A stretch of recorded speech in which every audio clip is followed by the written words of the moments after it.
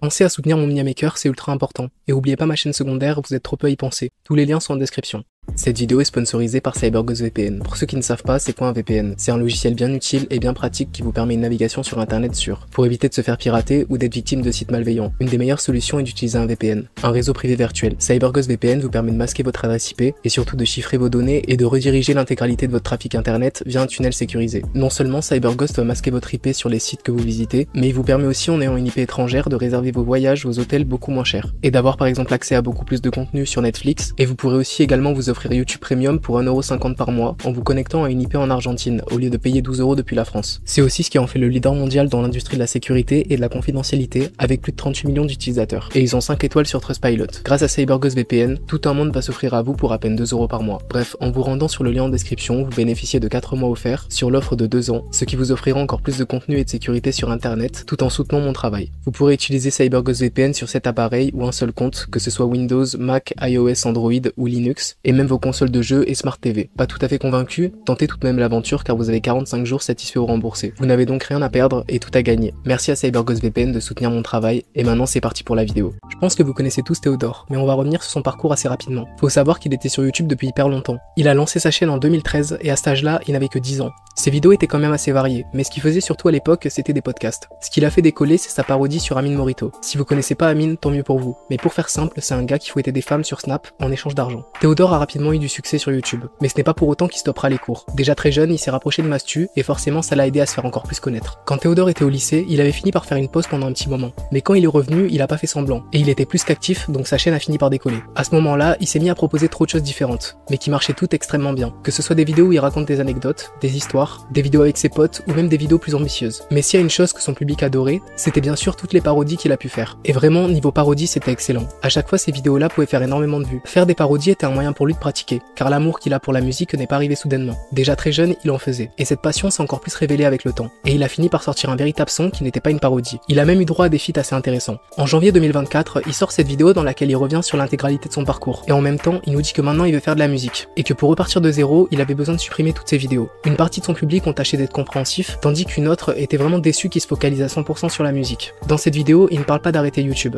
Et ça, certains l'ont pas compris. Mais jusque maintenant, ce serait bien différent de ce qu'il pouvait proposer avant. En mars 2024, il sort cette vidéo qui est la suite logique de la précédente. Dans celle-ci, il nous parle de la conception de son album, de ses influences, de ses objectifs. Franchement, une super vidéo. Surtout qu'il s'est associé avec Seth Jaws pour la création de son album. Lui, c'est vraiment un bon gars avec une palette musicale très large. Je le suivais avant quand il avait sorti Nautilus et Steamhouse, qui sont vraiment des albums de fou, qui même aujourd'hui s'écoutent tout seul. Même si j'ai moins accroché quand il a changé d'univers et de nom. Bref, ce que je veux dire, c'est qu'il est bien entouré. Quand Théodore a sorti cette vidéo, l'album n'était pas encore là. Mais peu de temps après, il a sorti le single Tokodombi.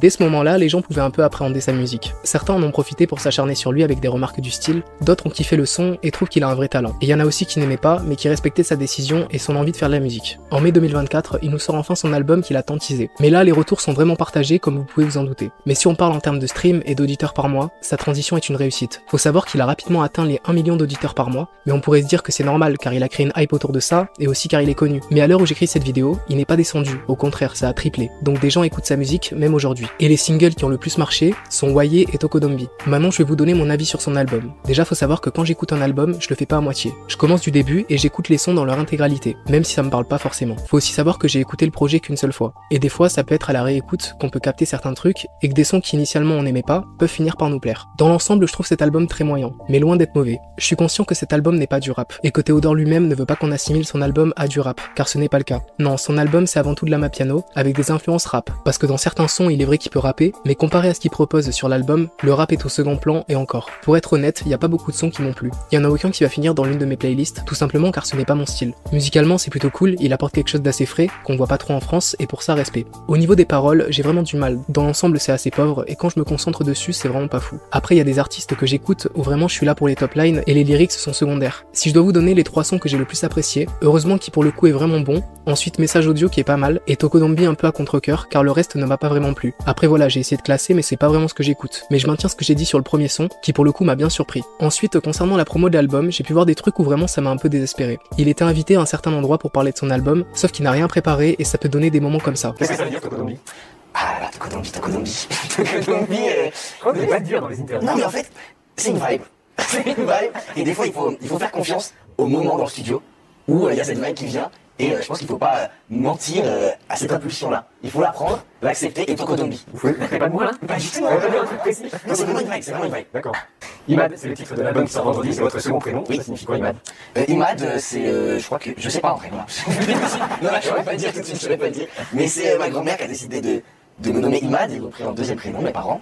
Et c'était une manière de lui rendre hommage Il y a notre mère, non? oui, il y a sa voix. Elle y est votre grand-mère. Ouais. C'est dans la 3, dans l'heureusement, c'est ça? Exactement. C'est ça? Peut-être que c'est que moi, mais quand t'effaces ton ancienne image pour proposer quelque chose qui te tient à cœur plus que tout, et que t'es pas capable de donner une définition ou une réponse claire, je trouve ça un peu con. Attention, j'ai pas pour but d'être blessant en disant ça, mais quand j'ai vu ça, c'est vraiment ce que j'ai pensé en vrai. J'aimerais aussi parler de la haine qu'il reçoit. Prenons par exemple son passage sur Zen, si on va dans les commentaires, c'est hallucinant le nombre incalculable de haineux ou de gens qui sont durs avec lui. En plus, ça l'accuse d'avoir pris des trucs avant l'émission. Mais en gros d'être dans un état second, tellement que Théodore s'est retrouvé à devoir préciser que ce n'est pas le cas. Après, inutile de vous parler de l'acharnement qu'il a pu subir sur les réseaux, que ce soit sur TikTok ou Twitter, parce que j'imagine que vous avez vu que les gens n'avaient aucun respect. Là, je vous passe quelques commentaires qu'il a pu recevoir. Et tu vois vraiment que les gens sont si méchants quand la proposition musicale s'écarte de ce qu'ils ont l'habitude d'écouter. Même faire l'effort de comprendre, c'est trop demandé. On demande pas d'aimer sa musique, mais juste de donner son avis et dire pourquoi on a aimé et pourquoi on n'a pas aimé. Imaginez, j'aurais fait la vidéo et au moment de donner mon avis, j'aurais lâché des trucs comme ça. Non, en vrai, ça ferait trop pitié. Maintenant que je vous ai parlé de tout ça, on va regarder vos réponses quand je vous ai demandé ce que vous pensiez de lui. Une personne que j'ai énormément appréciée en regardant ses vidéos depuis ses débuts, et maintenant qu'il s'est reconverti dans la musique, je suis nostalgique de cette époque, mais il est heureux comme ça et je pense qu'il a un réel talent. Il s'est fait vanner à la sortie de ses premiers sons, uniquement car il était un youtubeur connu. Je suis moi aussi tellement nostalgique de l'époque où il était sur YouTube. Avec ses parodies, il régalait trop.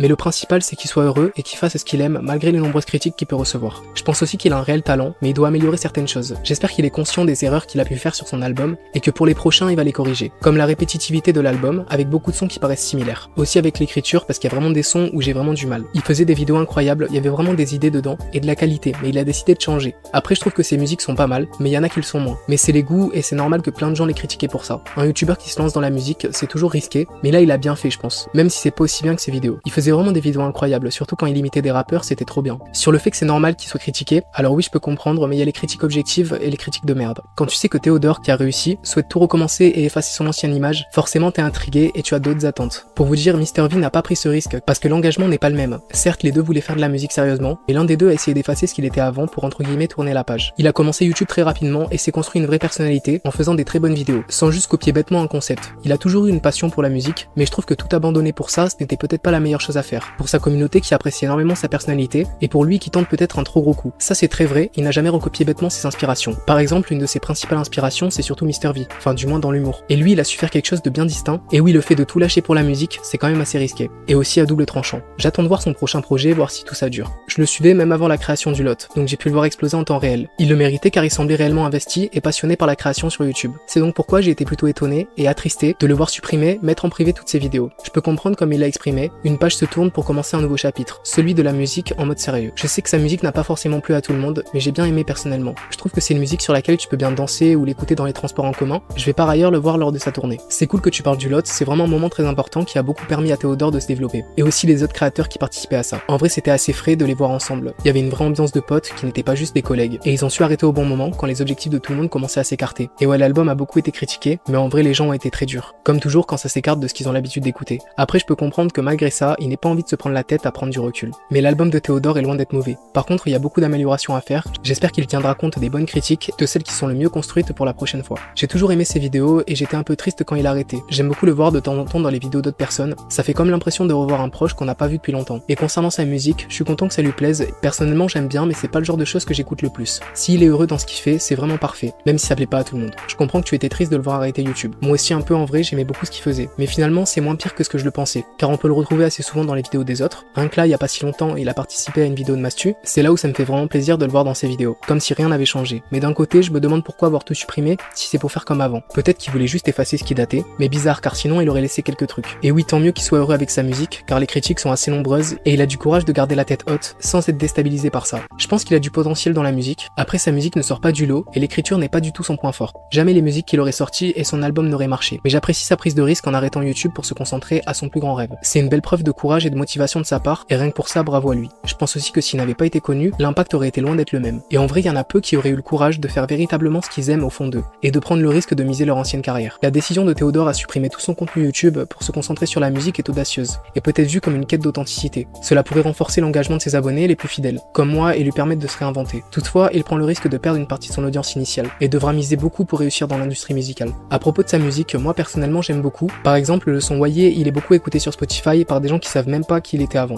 Ouais, vraiment j'espère qu'il a bien pris le temps de réfléchir à tout ça et que le fait de tourner la page comme il le dit en effaçant son ancien contenu est un énorme risque. J'espère qu'il est prêt à faire des efforts, à s'améliorer, écouter les critiques les plus construites pour nous sortir le meilleur des projets qu'il puisse faire. Pour ce qui en est du son Wayé, ouais, ce son a gavé tourné, et tant mieux que les gens qui ne le connaissent pas en tant que youtubeur le découvrent avec ce son. Ce son a quand même fait plus de 30 millions d'écoutes sur Spotify, en vrai c'est énorme. Pour conclure, je pense que Théodore était vraiment excellent dans les parodies qu'il pouvait faire, et c'est trop dommage qu'il n'ait pas continué, mais je peux comprendre. Déjà qu'il efface une bonne partie de son parcours pour reprendre de zéro avec la musique, s'il avait continué la parodie tout en faisant des musiques sérieuses à côté, peut-être que ça aurait pu le vanner, ou pas le prendre complètement au sérieux. Voilà, après je veux pas être vexant quand je dis ça, mais je préfère ses parodies à sa musique. Mais sincèrement c'est ce que je pense. Aussi car sa musique ne me parle pas, donc forcément. Mais y a pas que moi, et beaucoup de gens ont été touchés par sa musique, comme en témoigne son nombre d'auditeurs par mois. Malgré les critiques et la haine, il a une vraie fanbase. Et ce qui compte en vrai, c'est ce qu'il fasse ce qu'il aime. Surtout qu'on n'a jamais vu Théodore aussi heureux que là maintenant, donc vraiment tant mieux pour lui. Puis ceux qui passent leur temps à cracher leur haine sur les réseaux, et en particulier sur sa musique, sans donner un réel avis, sont tout simplement des gens qui n'ont aucune ambition, aucun objectif et s'ennuient dans leur vie. On peut ne pas aimer sa musique, et dire pourquoi comme je l'ai fait, mais ce genre de remarques, c'est juste ridicule.